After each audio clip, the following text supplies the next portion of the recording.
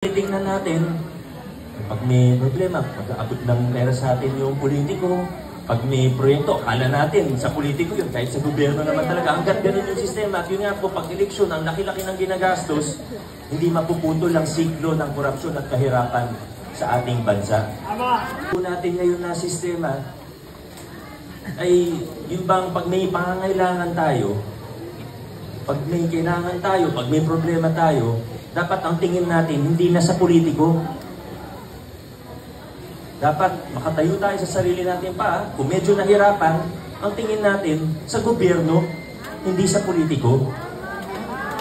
Kasi tunggalin namin. Kaso, baka mas nakikinabang sila dun sa lumang kalakaran.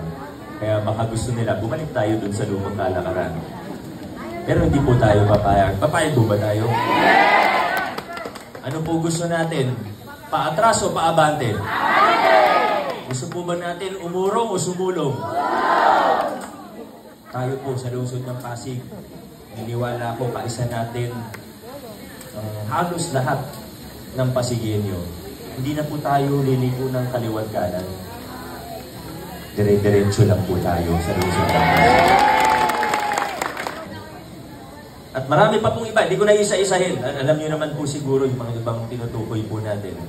Pero nangyari po yan dahil ang pamahalaan ninyo ngayon, una sa lahat, ay nakikinig. Inklusibo po tayo. Walang pinapaboran, walang palakasan. Basta nakatira ka sa Pasig, tinitingnan ano ba yung pangangailangan, ano ba yung kayang gawin ng ating pamahalaan.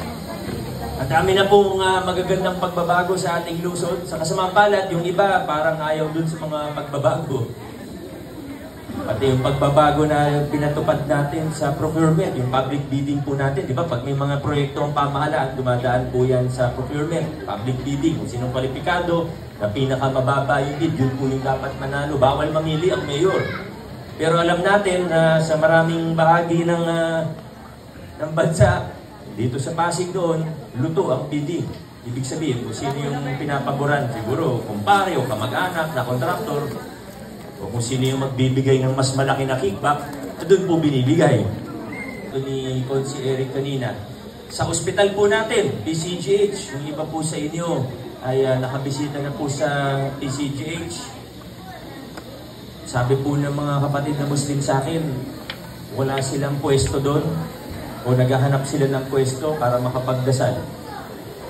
Ano pong ginawa natin? Naglaan tayo ng espasyo sa 3rd floor. Ngayon meron na pong espasyo. Hindi pa po alam ng iba. Yung dating Child's Hope na kinonvert natin para maging pangalawang general hospital ng lungsod para mas marami pang maservisyoan na hindi lang bata, kundi lahat ng mga Pasigueño. Under renovation po siya ngayon. Asahan po ninyo na magkakaroon din po kayo ng espasyo doon. Ngayon po, yung burial assistance natin. Meron kasi tayong programa na matagal ng programa ng pamahalaan, yung damayan. Pag namatay, merong damayan. Kaso, siyempre iba yung tradisyon ng mga kapatid nating Muslim. Hindi nila napapakinabangan yung programa ng pamahalaan. Ano pong ginawa natin? Gumawa po tayo ng programa na burial assistance. Kasama na po mga kapatid natin Muslim, mapapakinabangan na po natin. Sabi natin, sa mga kapatid natin Muslim, meron din tayong Ramadan. Dapat meron din tayong Ramadan handog.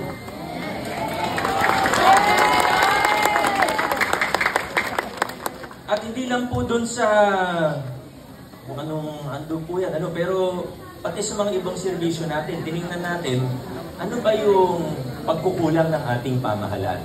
Ano pong ginawa natin? Nakipag-meeting tayo sa iba't ibang sektor, sa iba't ibang grupo, sa iba't ibang barangay. Ang isa pong meeting natin noong 2019 ay mga representante ng ating mga kapatid na Muslim.